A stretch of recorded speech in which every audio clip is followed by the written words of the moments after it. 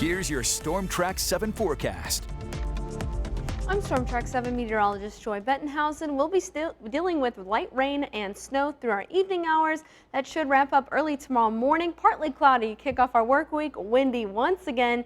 At least that wind does die down for Tuesday. A look outside over Des Moines on I-35, and yes, that's snow in the fields. We did have snow coming across this camera just about 30 minutes or so. Thankfully, we have not been dealing with snow yet here in eastern Iowa. Radar looks busy, but it's not making its way all the way to the ground. That's because we're just still too dry from the high pressure that moved in yesterday.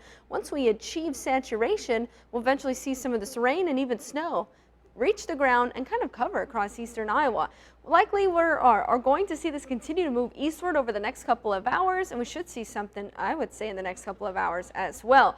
Road conditions look pretty good here. When we have had snow near Fort Dodge, Des Moines, and Ames, the snow would not stick on the roadways. They'd melt rather quickly, but rather stick to the fields. And so we may have seen partially covered roads with slush, but that was about it. Thankfully, plows have still been out though throughout the day. Here's a look at Highway 20 near Fort Dodge. Once again, another wintry Easter scene there, but nothing sticking to the roadways. We will be dealing with this precipitation through the overnight hours. Maybe you have to head home tonight from a relative's house or a friend's house from celebrating Easter. This is what you're going to be dealing with. Once we reach saturation, likely rain first for the eastern half of our viewing area, and we'll start to see some snow pushing in from west to east. This will continue through the late night into the overnight hours. This is 3 a.m. here. Everything that's still left and falling across eastern Iowa should be snow because temperatures will have fallen to the mid-30s or cooler. Looks like snow and all precipitation does wrap up before the Monday morning commute takes shape, so that's some good news there. Tonight we're falling down to the upper 20s, mid-30s south with the chance of rain and snow. Tomorrow temperatures warming right back up to the 40s once again, but we're talking gusty winds. We may see winds gusting up to 40 miles per hour. Winds really start picking up speed mid-morning.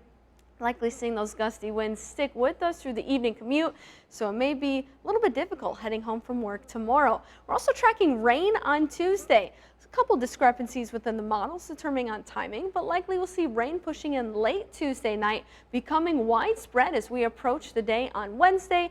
Can't rule out a couple rumbles of thunder, although we're not expecting this to be a storm threat per se, and no severe weather is expected. Rain will eventually wrap up on Thursday. We're also tracking another system move in next weekend, and when it's all said and done by late in the day on Saturday, we could see over 2 inches of rain in some spots. Definitely going to be another active week ahead. City by city forecast, Waterloo, Dubuque, Cedar Rapids, and Iowa City. We're finally warming. We'll be in the 50s by midweek or so, and then we've got plenty of 60s and 70s in the forecast to end next work week and start the following weekend.